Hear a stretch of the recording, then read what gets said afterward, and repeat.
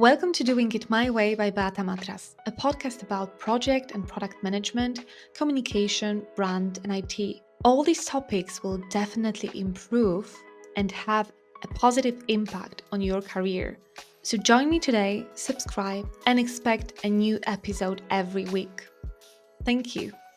Today we have a special guest with us, Katarzyna Leszczyńska-Bohdan, certified coach, psychologist, and business advisor and strategist for startups and entrepreneurs, especially in the IT industry.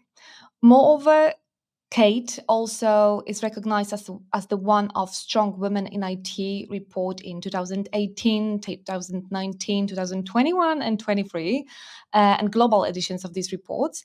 And it's based on the experience in the technical industry and leadership potential. So, Kasia, thank you for accepting my invite. I'm really happy to have you here.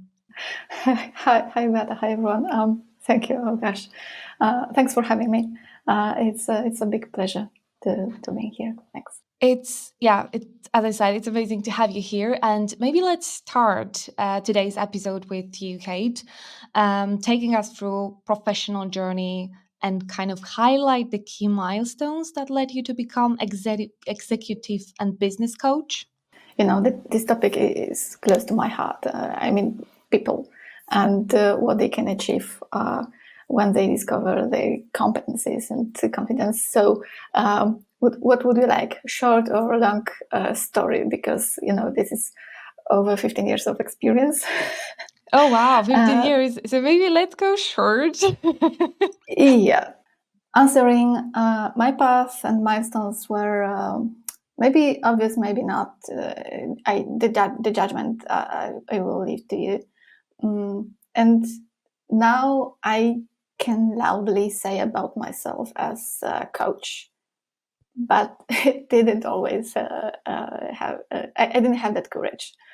So my professional path, let's say, started as an intern in PR intern in a media house during my studies, and I had an exceptional leader there, Paweł Zieliński. Greetings and really, I thank you for everything. He taught me everything about what is professional communication, how to deal with clients, and how to encourage myself and be humble at the same time. So again, refinement, respect, and understanding of clients' needs, what is marketing-related jobs.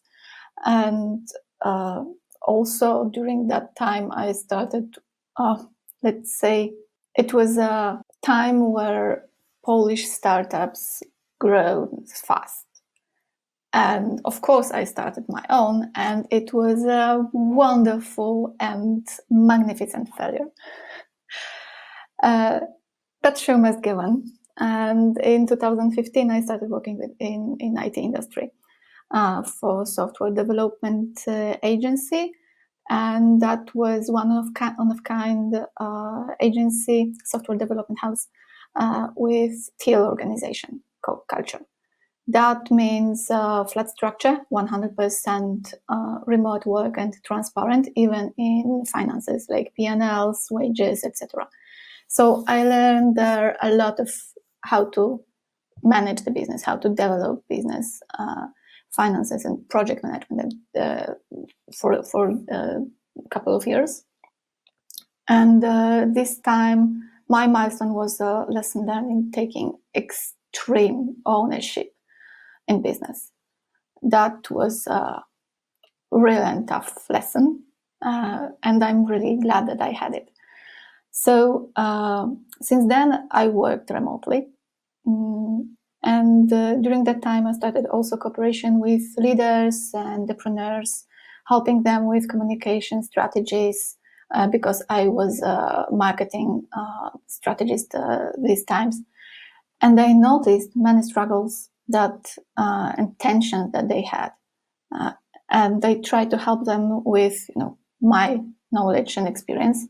But I discovered at the same time that marketing is not my field, and my I graduated from psychology, so this is something that was, my home.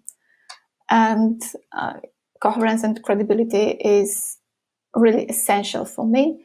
So I had some experience, but I noticed my skills was a bit messy. So I fixed it and gained some new competencies and tools with professional coaching studies. And my adventure of genuine and deep cooperation with leaders began for real. And then, easy peasy. Fame, glory, a lot of money, splendor. Frankly, not at all. Not at all. I work in the shadow from the backseat because pride and glory belongs to my client. And that is something that internally, and this is my why, I feel huge satisfaction when I see that my clients and people, in general speaking, see their transformation in a positive way. That's amazing story, and I love how you highlighted that you're in a backseat, you're supporting leaders, you're definitely a huge part of their success, but you're like humble enough to not shout about it. You just are kind of satisfied with seeing the need, the development, the growth, and the successes of the clients. That's not very common approach, I would say. We love shouting about our successes and saying, yeah, I did that, I did that. So the role of coach is well, I think it's similar to mentors. Yeah, it's very similar, although there might be slight differences between those two. But your journey definitely sounds exciting and sounds like you have a broad of experience that you just connected within the coaching space to help other people. Yeah, I believe that being a coach generally is connected with experience that you gained in the past. So I've never thought that I will be one after my studies. So that was something like, oh no, I had no experience. So how can I encourage even myself to share and ask questions, tough one, to entrepreneurs with 10 years of experience. Now I am enough safe with my experience. So yeah, but still from the backseat. Yeah, I mean, by working with executives, I believe you need to have a lot of self-confidence into your skill set and into your the value that you're bringing to people. But yeah, if you see they're succeeding with your help, that's definitely a proof that you're an expert in your field. Okay. I think that dealing with change is universal challenge in life and business. But I wanted to ask, what's the difference in working with executives and non-executives? First of all, I work with people. The difference is with scale of, let's say, challenges. So with leaders is mostly focused on cooperation, leader with the team and how to manage himself, herself with the team. What are conflict solutions, is the best approach, etc. And also gaining new negotiation skills, for example.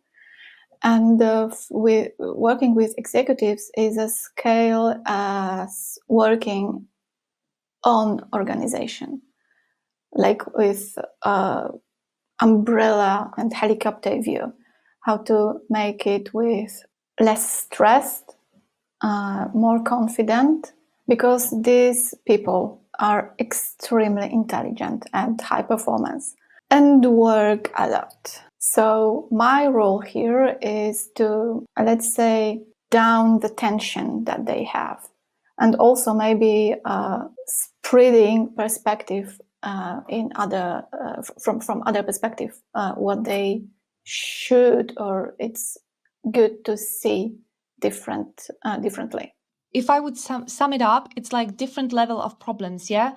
If you're working Yes. with leaders, you're mostly working on, I would say, like relationships between people and how you kind of maybe influence them, how you develop them, how you basically manage people. And with organizations, it's more like how you like connect all these leaders, all people or tools, and lead them together to the success. Yeah, you have to look from a different perspectives on the organization, also like how to manage the external, I would say, circumstances, external factors. Yeah, I don't know if this is a summary, but that's how I understand it. Yeah, and there is a one extra layer with our emotions and feelings and how we think about organization, departments, if we feel comfortable, if we are good at something, and we have solutions for challenges that we have, problems that we have. And this is unpacking all that stuff and reorganize it in a way that is helpful for executive. How do you, as an executive and business coach, approach like guiding these individuals and actually the whole organizations through transformative changes? Embracing change is, integral part of business landscape. Like, this is our reality, and my approach here is to guiding individuals and organizations through transformative changes, and it's rooted understanding that the real need is crucial to discover, and the process should be provided not so quick, because there is a few fundamental principles, and there is a 10 or so. So first of all, acknowledge the reality of change. Recognize and accept where you are. And this is, step 0. When you go in the mud, you need to accept that you're in the mud, and then you can move on. So resistance is often from fear of the unknown. And my role here is to balance that fear and show that it doesn't have to hurt you as much as you thought. And it's instead possible for growth and learning in adapting to new circumstances, resilience building. Secondly, cultivate emotional intelligence. Talk with teammates and leaders about emotions during change. Accept that they have emotions, and it's not a situation that you can move emotions behind the door when you make a business. It's an incremental part of ourselves. So it's essential to notice and validate that feelings. And after that, we can, encourage people to show what they struggle with, and building an environment that is open for expressing emotions and concerns. It's not only accepted, but we encourage people to making that happen. Third, clarify vision and purpose. We live in a bunny world. Like bunny, it's acronym from brittle, anxious, nonlinear, and incomprehensive. So having a clear vision and purpose is crucial, serving as a guiding lantern through uncertainty. So when I work with leaders, that vision and purpose is something that is a stable thing. Of course, strategies, plans can change, but the main vision and purpose should be one and only. 4, empower through communication, and this is something that I grow with, like a peer intern and then peer marketing and communication specialist. So open and transparent communication is crucial, and this is something that it's not obvious for everyone, foster an atmosphere where everyone feel heard and valued. It's not as obvious as I thought initially. So I encourage leaders and I encourage executives especially to communicate their why behind all changes that they like to have, and involving employees in decision-making process is something that also is very helpful. Without it, I am almost 100% sure that opportunists will show off. That's something that I saw many times. 5, facilitate learning and development. And I mentioned it earlier, but this is something significant. View changes as an opportunity for continuous learning. Often I support leaders, individuals in acquiring new skills. This is something that, coaching is about. Personally, I believe that grow mindset covers personal and professional path of our lives.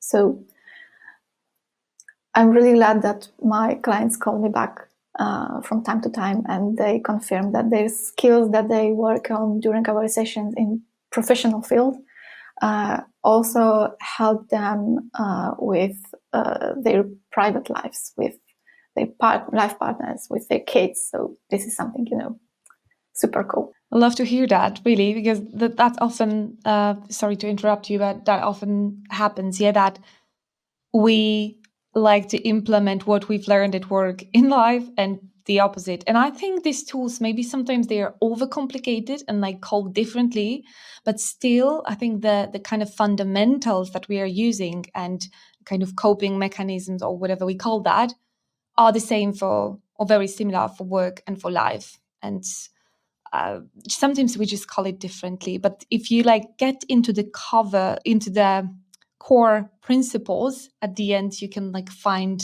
oh, that's so easy, that works like that in real life, because but that's just a small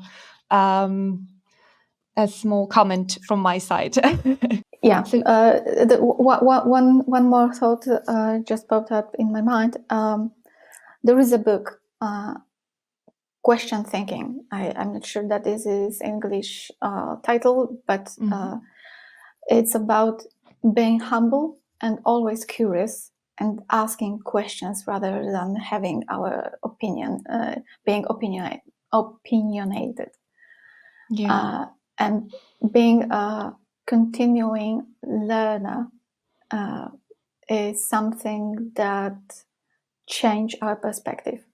This is something that helps us being more observant. To sum up this learning and development, if this is providing in a proper way, the skill set, this knowledge and experience spreads through our whole life. Maybe in the middle, we can sum up a little bit of these 5. So I noted just recognize and accept where you are. That's the first rule. Then we have emotional intelligence, that we should be aware of the emotions that are around us, with what appears within people. Then we have clarify the vision and the purpose. That's also a very important part of the change. Communication, empower with communication. And the 5th one is facilitate learning and development. So that's what we had so far. Now we move to the second part. Yes, 6 is about community. Build your supportive community. So foster a sense of unity and collaboration with the organization.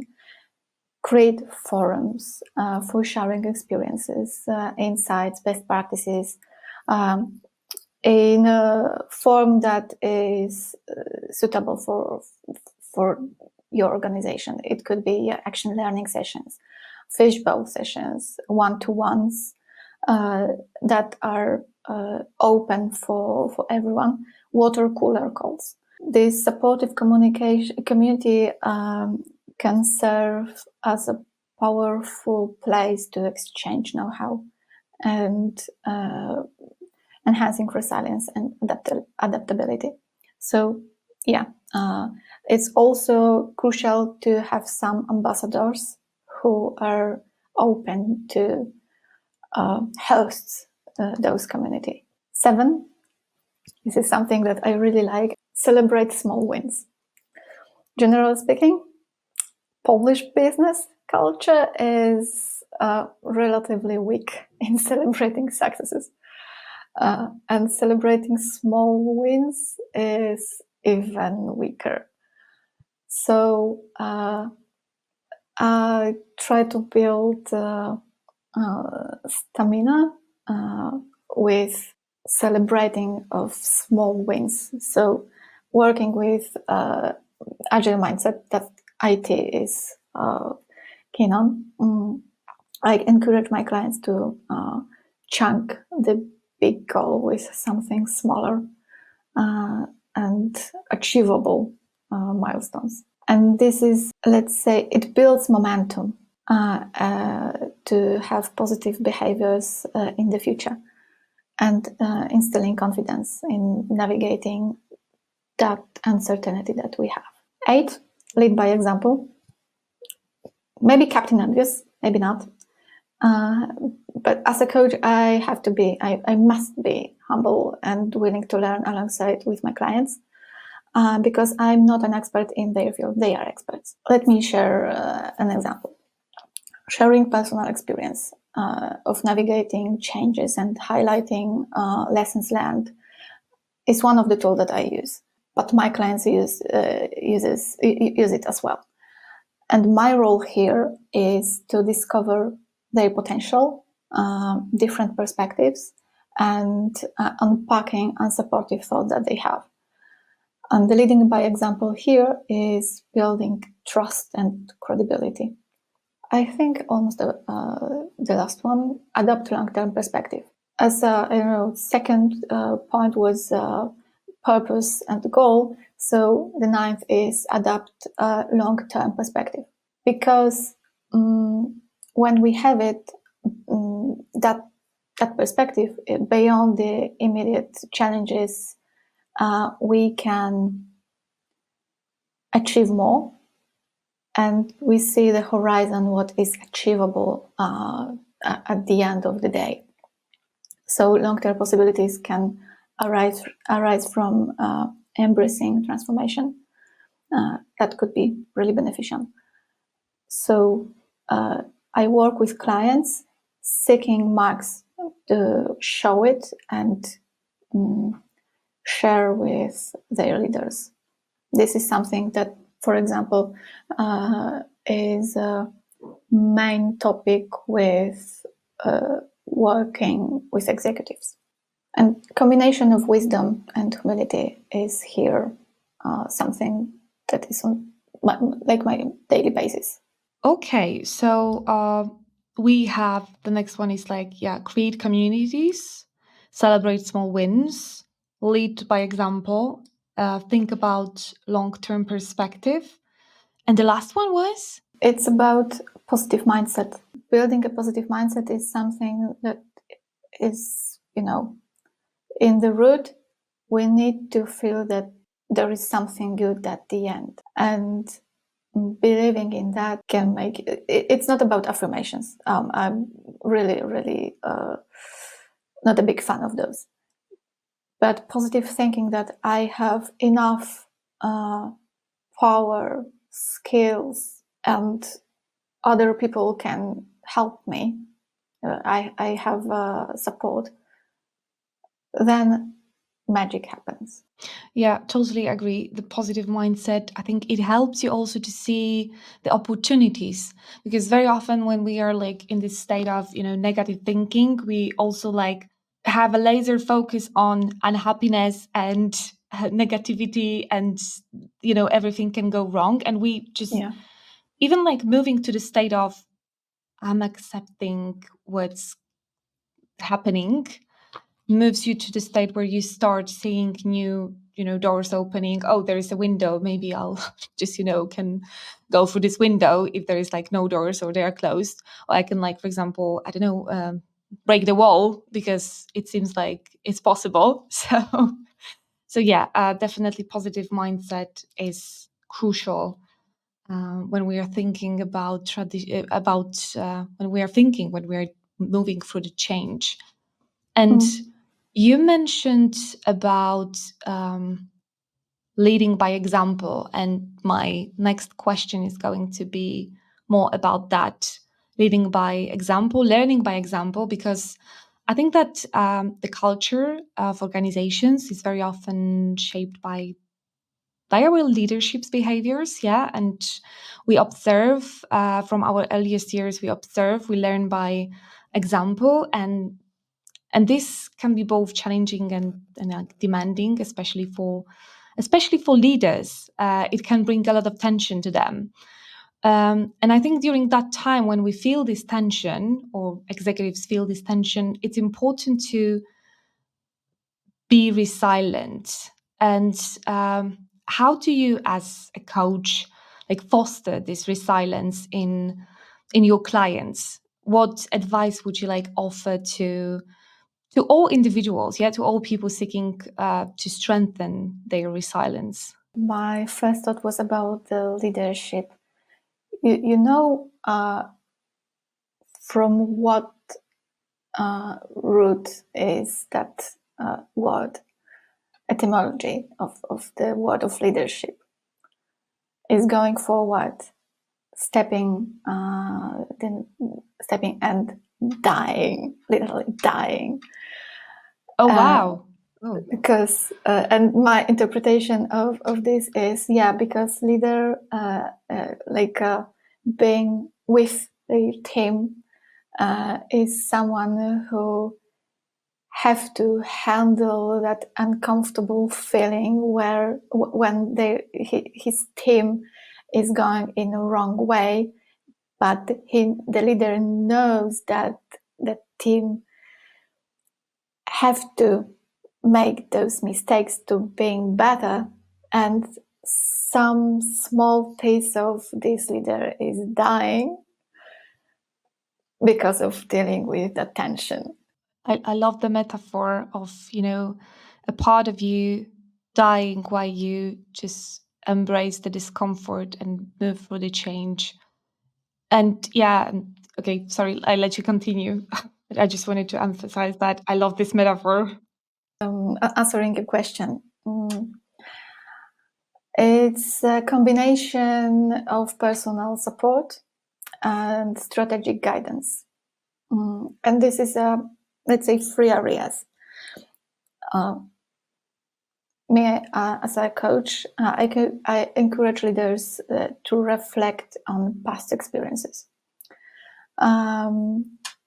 We identify instances where they demonstrate resilience. And then individuals can build a sense of self-efficiency, confidence, and also can celebrate those small successes to make it bigger in the future. So this is one area. Second is strengthening ability of problem solving and adapting. Bunny world. We can use wide tools that are pretty common in business, like Lean Canvas, business and science research, or different approaches. Also, changing of narration from the file on stone written strategy and plan to set of experiments is helpful. Approach challenges with a solution-oriented mindset and evidence-based management, breaking down complex issues into manageable steps. And last but not least, prioritize self-care to maintain physical and mental well-being.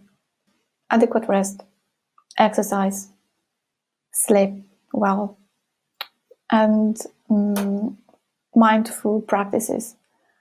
Those are pretty big part of building resilience. Yeah, definitely. Especially, I think, the third one, prioritize self-care.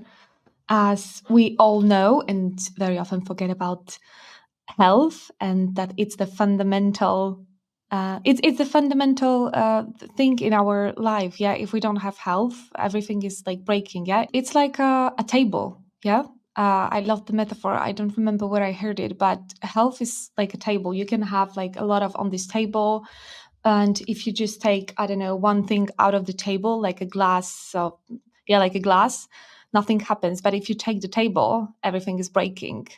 And I think the health is this table. So yeah, that's why I also started to take care about health at some point. But I think we start taking care of health when we lose it for a while. Yeah, then we come back and realize that, oops. Yeah, 100 years ago, there was no chance to talk about mental health. Yeah. That form of taking care of ourselves didn't exist. So now we are in a really good position to talking about that. Recently, I read a book, Chłopki. I don't know how to say in English, but after reading, I was really grateful that I born these days, not 100 years ago, because barefoot is my choice, and I'm not forced to not going to school and educate myself. So Yeah. Taking care of mental health is another layer of what we gain with as a society. Yeah, we're really in a good position right now when I think every organization, every organization actually is talking about the mental health and its importance, because I think that leaders started to also like share their B stories of careers. Yeah, and by B stories I mean not only successes but also failures, and very often these failures are connected, I think, to the mental health issues and being more vulnerable than we would like to admit. Actually, I've seen a few LinkedIn profiles, people, really big gurus of marketing and business. They share their struggles with mental health during coping with business. So yeah, this is something that I'm really glad that we talk about loudly. Yeah, definitely, and that's also connected with my next question, because as an executive and business coach, you probably see the significance of, as you said before, emotional intelligence, self-awareness, internal positive dialogue, and that it helps in facilitating effective change. But could you maybe share some strategies or tools how to cultivate these qualities, especially during periods of transformation and change? How to basically work on emotional intelligence, self-awareness, and internal positive approach. Well, from one side, you can use tools that we used to have, like SWOT analysis, goal setting and action planning, decision making and time management frameworks like RASI or Eisenhower matrix. But also you can use pretty known coaching tools like GROW model. GROW is acronym of goals, reality, options, and wrap up, or CLEAR. This is contracting, listening, exploring, action, review. This is like tool set. Solution-focused therapy practices, precise tools that we can use with working with uncertainty. And they are really close to my heart. And this is like free rules. don't do more of what doesn't work. Simple. If something works, try to do it more of that. And secondly, don't fix what isn't broken. And also, I believe in the KISS rule, like keep it simple, stupid, because there is no need to complicate our lives more than they are now. So I assist clients in navigating uncertainty by fostering the strategic mindset, and we try to focus on long-term goals.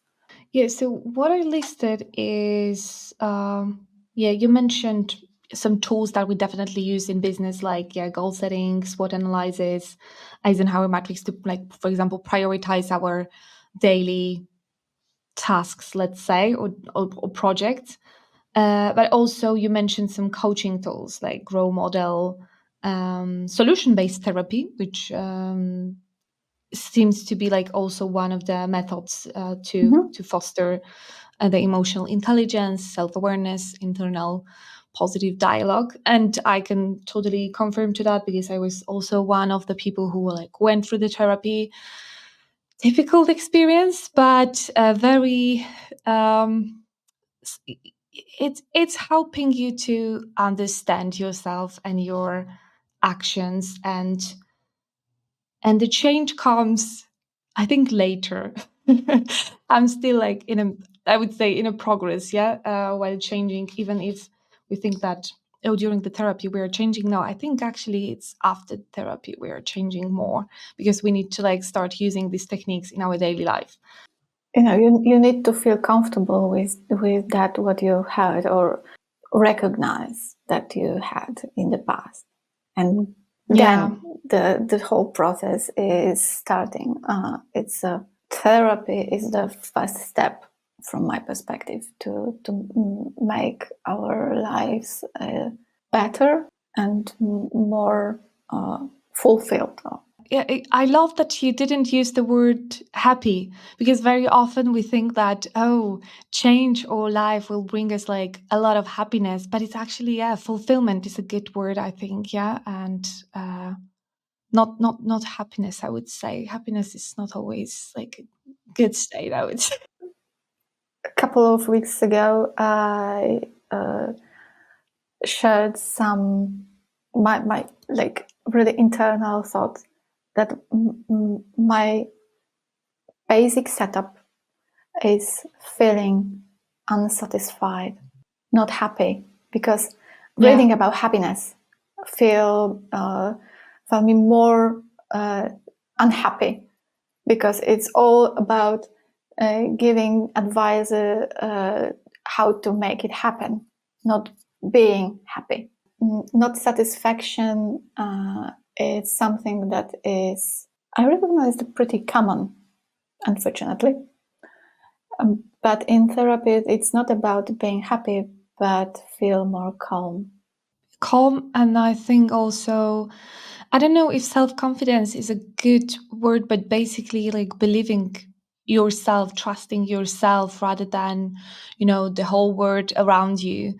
So yeah, that's the thing, the massive lesson from the therapy sessions, that very often we are trying to adjust ourselves to the environment, rather than thinking, what's there inside? Yeah, what do I really want? And yeah, and when we discover that, I think it's just easier to live. Yeah, to live, to do whatever we want, and not what others expect from us. Oh, yeah.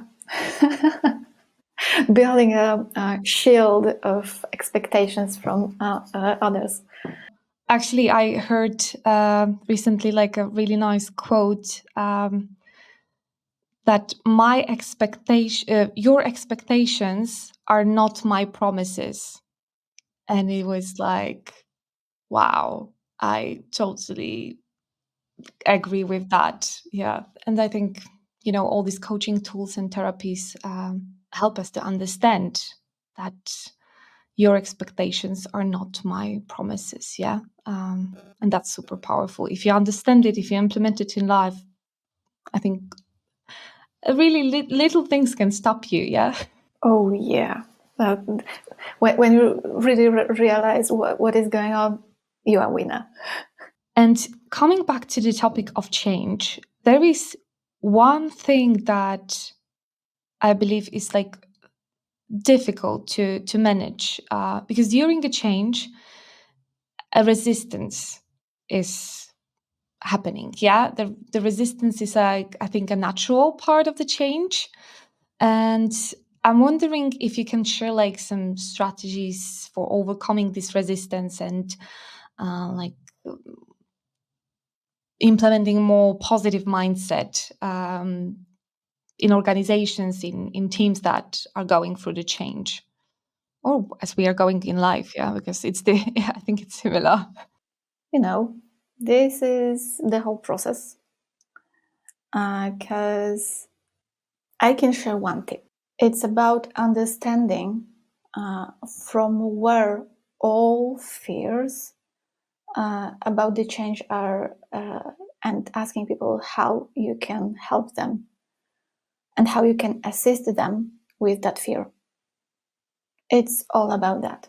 So the resistance comes from the fear, as far as I Yeah. understand. Yes, and when we discover what is in the root and asking directly, okay, I seeing this and agreed that, okay, it's natural that you resist from something. So what do you need from me to go 10% in that direction that we need, for example? And sometimes those understanding and acknowledge those feelings are enough to, let's say, downsize that fear. And sometimes we need more to do. Mostly it's about information and how, if we are lack of some details, then resistance is higher. So transparent communication, again, is the key. So 2 factors. First of all, you need to recognize that resistance is from emotions and fear. And fear is our natural behavior with uncertainty. And dealing with that with 100% courage, I'm not sure that will be still on us.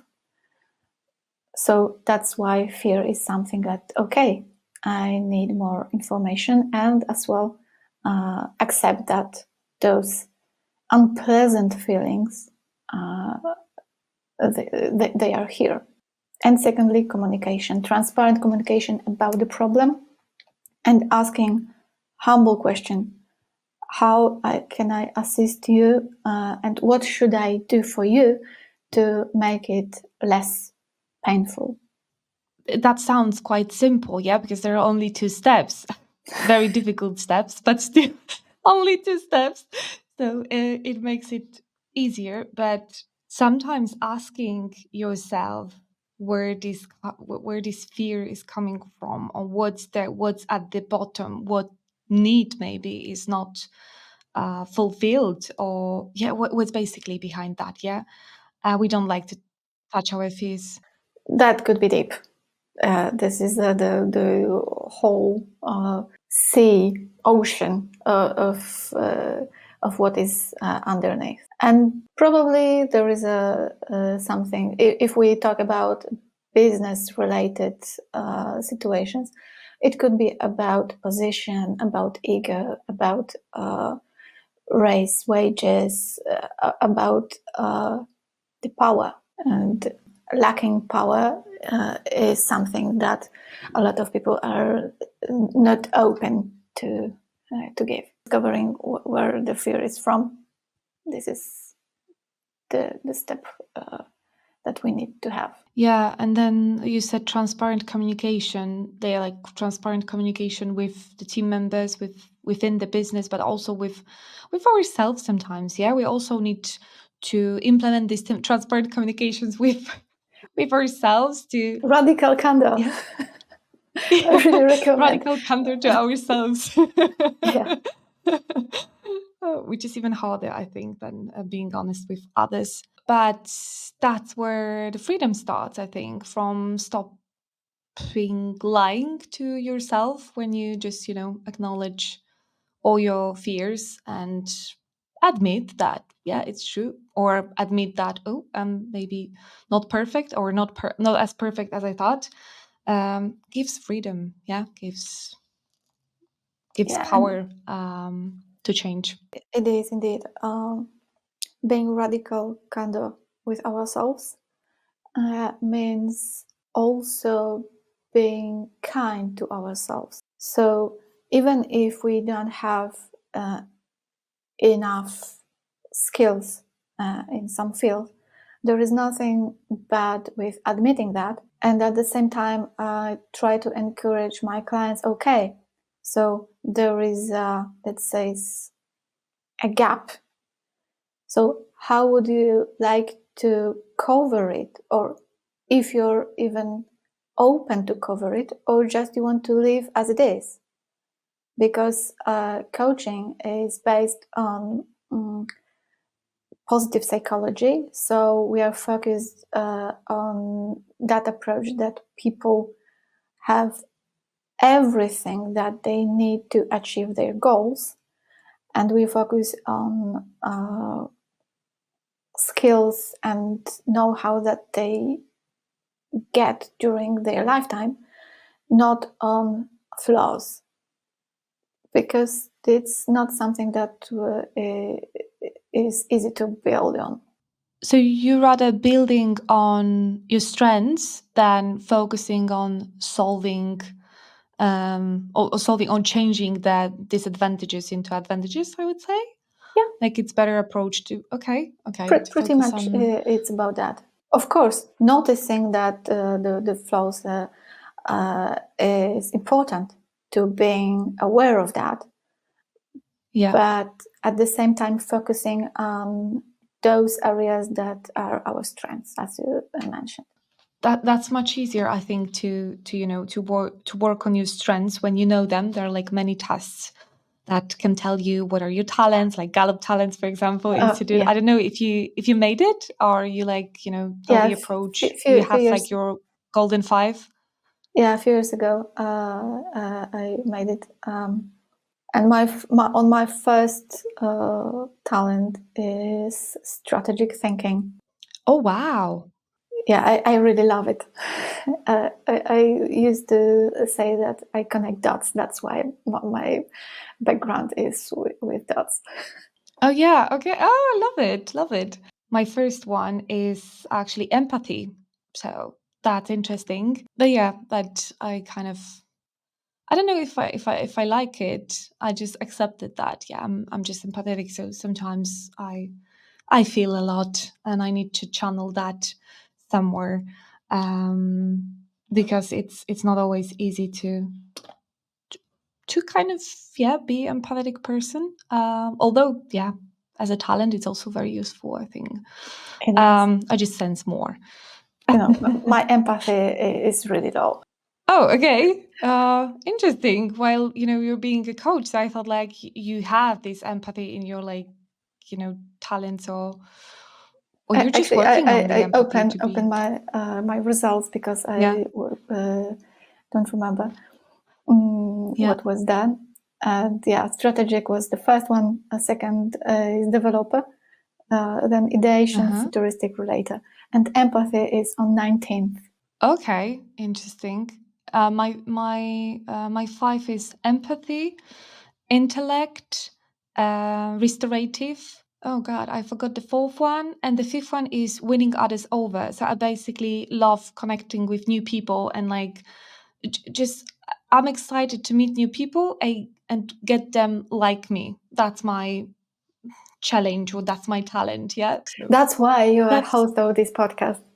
maybe. Let's see where it will lead me. Yeah, I started to understand myself more by like even like defining these talents. And like in the past, I thought like, oh my god, like I have like a problem with there is like a lot of people, I have a lot of connections, and what should I do with that? And the moment I understood, like, this is my talent and I should build on that, not feeling guilty, for example, that, oh, people are opening up with me. And the moment I understood, and I don't have to do anything with that. If they want to open, that's also their decision. Yeah.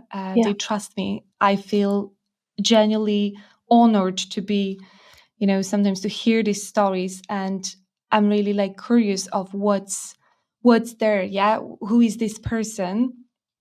But on the other hand, I don't have to like save everyone, which is like restorative piece in me that likes to fix. I can imagine. Yeah. Restorative talent. I know this is off topic, but one sentence. Restorative talent is the first of executive talents of mine, and it was in a deep shadow of my talents. And I noticed that I tried to save everyone. And and coaching is not about saving people. It's about helping them when they agreed on that. So that was really important lesson for me. Yeah, and I think I'm taking that with me also. That being there for people generally is not for like saving them or changing them. It's more about supporting and helping if they agree or if they feel they need that. Because either way, it's aggression. I mean, if we try to change someone who doesn't want that, or we try to fix someone who doesn't want that, it's aggressive approach. Yeah, it's not helping. It's hurting these people. It's kind of terror. Yeah, it's kind of terror. Yeah, agree. We've moved a little bit to the topic again of helping, which is connected to like mental health, and we talk that the importance of mental health is recognized as the aspect of overall well-being, especially right now in organizations. Like everyone is speaking about the mental health. And in your coaching practice, how do you like address or like convince people to take care of their mental health? Yeah. Because it's not easy, I think, to say to someone, look, mental health is a core of your well-being. You need to take care of that. That doesn't work, I guess. You need to have like probably more refined strategies for emphasizing on that. Generally, coaching process involves working with people described as healthy. So mental health is a part of their lives. And despite my psychological education, I do not cross that barrier and I do not conduct therapy for now. My goals is to work on clients' goals by boosting healthy habits related to health, professional part of their lives, which are often closely linked with the clients' goals that they bring to the sessions. And when conducting directive coaching, I sometimes include psychoeducation or training elements, mentoring, if they agreed and asked directly for that. In fact, I have never had clients that share a goal. I want to achieve success by working over dead bodies, regardless of my health and health of other people. It's not going to happen. Never. Because I do not work with psychopaths. With healthy clients, like they come to coaching, we work on their stamina, their self-assurance, even on executive level, because uncertainty is something that assists them on daily basis, and also it's connected with mental health, with their good mood, with their relation with relatives, etc. So yeah, I touched that field, preventing burnout, for example. But if I notice something that is more deep, then I am obligated as a certified coach to ask them nicely. Maybe they should go and have some conversation with a therapist, psychotherapist, psychiatrist. In my field, history, I had one person that I asked for. Okay, so that's not, I would say, a lot. I would expect like more, but one person, it doesn't seem like a lot of people who actually like need therapy. It was because I noticed something. Of course, I have clients that are at the they are during therapy, but therapy has always priority from coaching. And always I ask, okay, if your psychotherapist knows about coaching sessions, and if your therapist is okay with that. But I think like coaching and therapy are complementary a little bit. I mean, therapy focuses more on the past and how we True. behave now because of this past, and coaching is more like looking in the future and focusing where we want to get, what we want to achieve.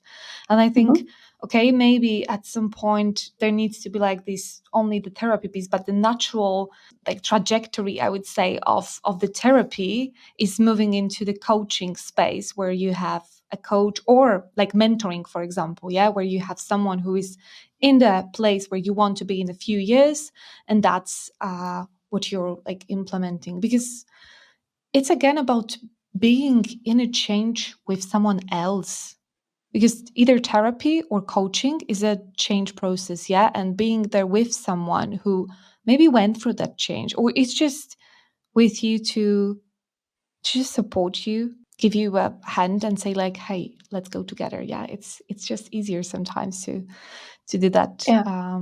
rather than changing by yourself, as yeah, the change is itself like a very I think solitude also process. People don't see, all what is happening inside of you when you're changing, yeah, and it's a hard Yeah. work. Yeah, and the first signal of the change is going on, that other people disagree with you and dislike how do you behave. And I love when people are telling you, oh, you've changed, and they think like you come back to the state you've been before, and you're like, when you just say like, yeah, I've changed, and you accept that, yeah, yeah, That's the yeah. difference, because we change in every 7 years. You Oh, 7 years ago and you today are totally two different people, and it's on biological level, because each cell is replaced by a new one. Basically, yes, you are a totally different person that you were 7 years ago. So building new skills and approach through coaching, for example, is something that is intentional, and that's the difference in the change. yeah, if you do it with an intention, that's probably more powerful, or when you realize that intention, because sometimes we don't actually know maybe in the beginning where we will land when the change will happen. That's about the uncertainty piece that you mentioned, but yeah, at some point you just realize that you're a completely different person, and it's okay. Yeah, and according to business related field, we have OKRs, we have Hmm. other tools to measure the change in business. And at the same time, it's rarely used for ourselves in noticing the change that we achieved through the timeline. Yeah, Yeah, I mean, for example, for weight losing, I had a conversation with head of product Tomasz Tomaszewski some time ago, and we were talking about OKRs, and we were talking about the weight loss. Like, it's easy to implement it, for example, in life, because you can measure, for example, weight loss by your weight, Yeah. by the amount of exercises you're doing on a, I don't know, either daily or weekly basis. And you can, or for example, you can run a marathon after, I don't know, half a year or year. But with, I don't know, with, for example, relationships with people, how to measure that? Yeah, how to measure whether you are having like satisfying relationships with people, because the amount of meetings, for example, I don't think it's a good measure in this case. It's about more satisfaction level, but how to assess or measure satisfaction, that's another question. Quality over quantity. And it could be, for example, measured by how do I feel after the meeting? What is my level of exhaustion? If it's higher than in previous times or it's lower? Do I want to meet that person in a short term, or I need rest for a while to make it again? That's actually very interesting, and I didn't thought about it as a measure, but that's definitely something that should be observed by us, or even after some meetings, at work, if we feel like our energy levels are dropping, maybe again it's about, maybe we're not in the right place. It's just that simple. Maybe we need to change. And the crucial is answering that question: what I am able to change to feel different in the future? What is in my power to make it happen? Because maybe the circumstances are not changeable, so maybe we should change the environment that we are in. So this is one part, and you can measure yourself, but the thing is how observant you are and aware of yourself and your reactions. This is the, let's say, first step to have point zero and check if it's better or worse from that day zero. Self-awareness and ability to observe, what is going on with you, what you feel, which is not easy in this busy world.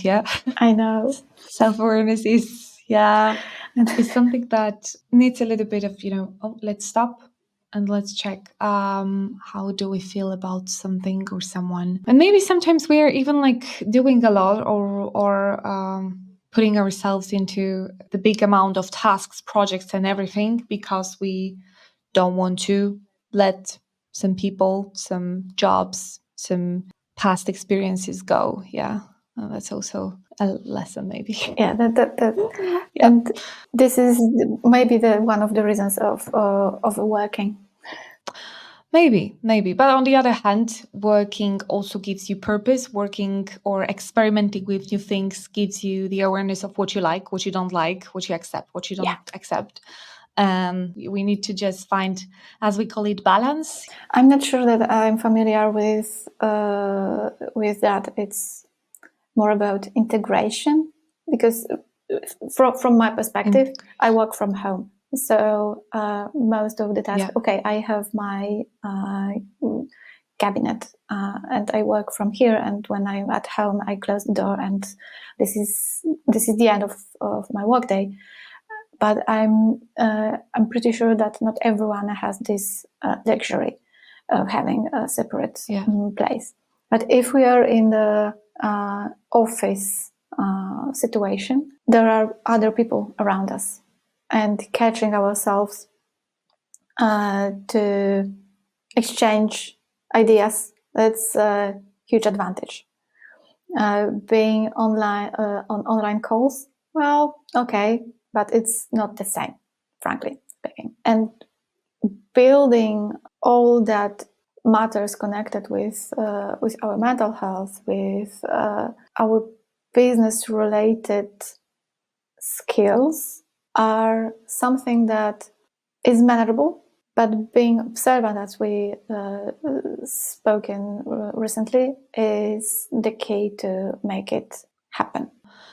And I'm wondering, mental health is important topic, but also like AI is stepping in here, yeah? Yeah. And I remember the first time I met you was actually on the event that was connected to with Hackathon. And you talked about AI and mental health and how it's connected together. And from your perspective, how do you see AI like playing that role of supporting mental health and well-being? Maybe particularly in the context of change. Do we have something like that? That's a good question. Friends of mine, Mike Korba, used to say, I am laik, Laic. Someone who is not an expert in AI, and I can sign up for that sentence. I'm laik as well. And yet, we are all somehow touching this technology. And yes, we met. It was really a pleasure. And I talked about AI and mental health, and maybe I say it same but in different words. It's my opinion, private one. AI is not ready now. It's not ready yet to help people deal with mental health as much and as good as human professional. But I don't know, maybe in the future there will be a good solution. There are more and more solutions, and when I researched the market, I discovered tons of apps. There is an AI for that.com. That website exists, so you can check the whole aspects of AI in different fields, even in mental health. But one exciting solution,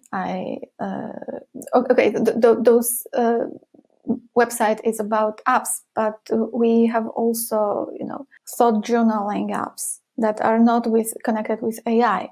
There are a lot of solutions in technology that we can use, but specific in AI, I'm really curious how one of the platform will flourish. I mean, Hume AI. This is something algorithm that recognizes human expressions based on photos, videos, sound recordings, and that's amazing. Like maybe in commercial use that tool helps people deal with their mental health for sure, like Parkinson's research, catching toxic speech threats, depressed moods, or even driver drowsiness.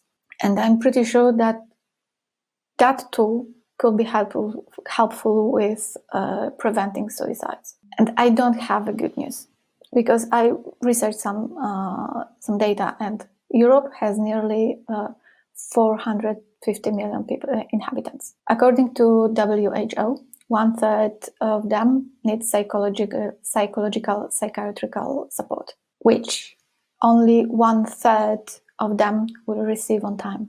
And this is only one reason: lack of specialists. I really heard a lot that almost all my surroundings, colleagues, had professional support. So in that 1/3 means only 50 million people get proper help. So it's like excluding psychological support from Denmark, Finland, and Poland combined. So that's why alternatives like AI tools, maybe this is something that could work. I don't know. I hope so. Yeah, maybe they could save lives. But it's again, I think about the intention, because that's also the topic where, developing the tool and also trying, because it becomes a business at some point, yeah, how to, balance this ethical circumstances, and the mission of helping and saving lives, not playing with that, and not like making a business out of it, or making the business that it's ethical. That's the point. That's why a European Union is working on, or I don't know, it's done or not yet, but it's working on AI regulations.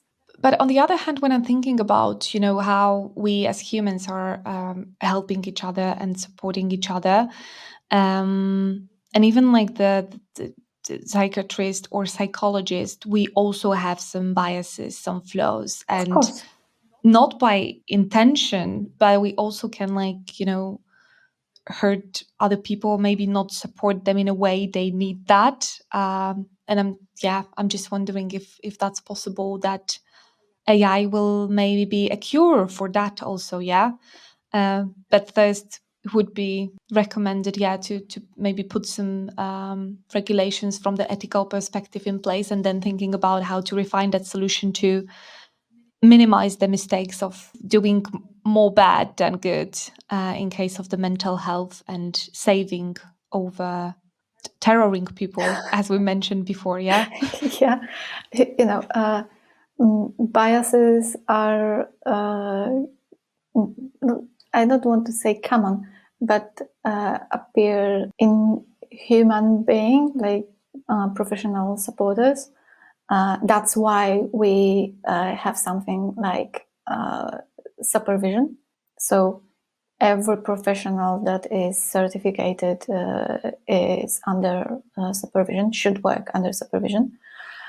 And the same biases could be put in technological solutions by the builders, because when you build it, you also have some kind of mindset, that you have some assumptions, for example. So this is the thing that is, I think, the topic to discuss and resolve on the high level, how to avoid those biases in technology. Definitely, I totally agree with that. That's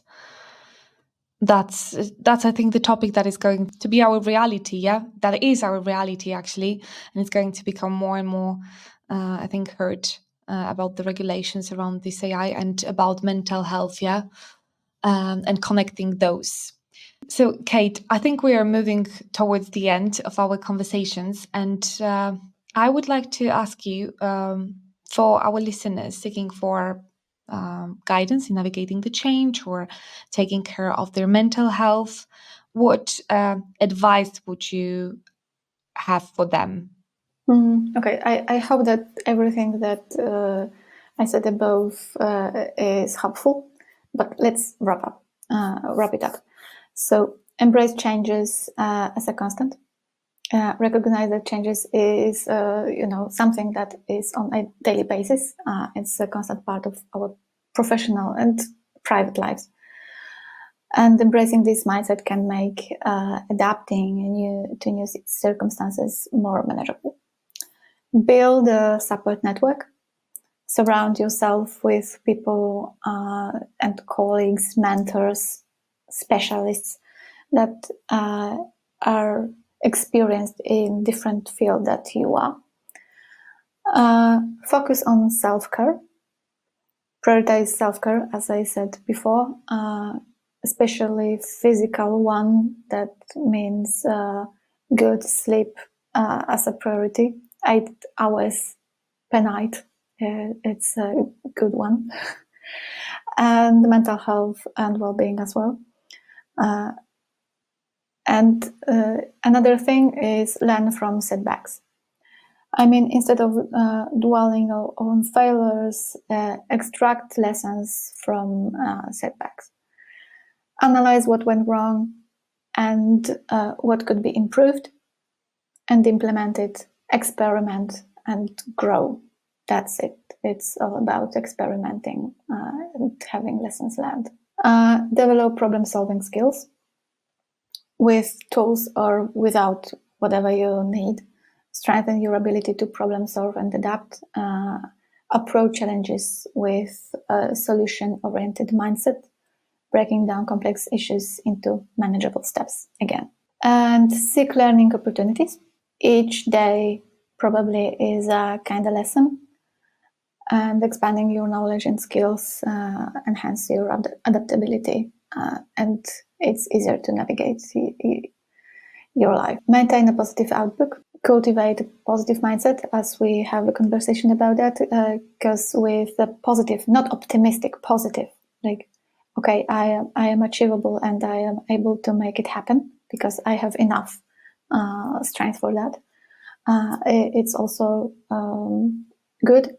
Celebrate achievements and set boundaries because we all need them. And the last but not least, seek professional guidance. Mentoring, counseling, coaching, therapy. It's on the market, so use it in the best way that you can make it better life for you. Changing with others is always easier, yeah? Asking for help, asking for support, even if it's not easy to ask for that, it's always easier than doing it alone.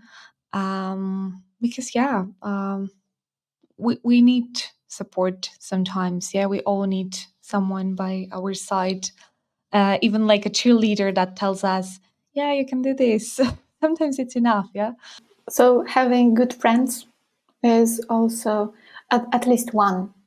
I know that the older we get, the less friends we can met, but having one friend is enough to having grounding with our struggling, because we can exchange what is going on. Yeah, we can exchange maybe this positive outlook and positive energy between us, and be there, yeah, in a more difficult moments. Can I ask what is your intention for 2024?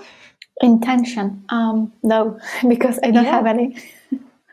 I have Oh, goals. okay. You don't have any goals? I have Oh, goals. you have goals? It's not intention. I want to help more people, or being Sherpa for them, because helping is a directing activity. So being Sherpa is someone who assists you with the struggling path that you're on. I started cooperation with some school of leadership, so I'm really curious how many young leaders we will get in the future. Yeah, I'm going to like follow your journey and see how many, how many successful and fulfilled leaders will grow with your help. And I'm sure that there will be a lot of them. I hope so. Thank you. I strongly believe it. And yeah, if your listeners want to connect with you or explore your services, how they can find you either online or what you can do for them. Sure thing. LinkedIn profile, Katarzyna Leszczyńska-Bohdan. I know it's difficult and long, but this is my name, sorry. Instagram account, Kaleboch, and my website, kalebo.pl. And I provide coaching sessions, individual ones, as well as group and team coaching. And if I may, I'm preparing a special coaching workshop for entrepreneurs and leaders in Alicante, Spain, at the beginning of the February, in cooperation with the house e-commerce provided by Marcin Meisner from ecommerce.pl. So feel invited, and I invite everyone for that wonderful project.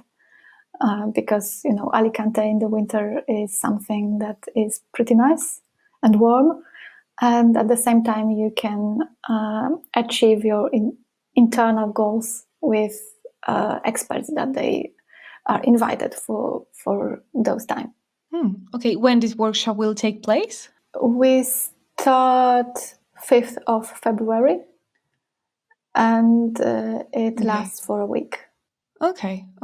Yeah, because I'm wondering when this episode will be live, so I'll do everything to make it live before the workshop will take place. So maybe there will be a possibility still to sign up and join the journey of development in a beautiful Alicante. It sounds like heaven. Yes, it is.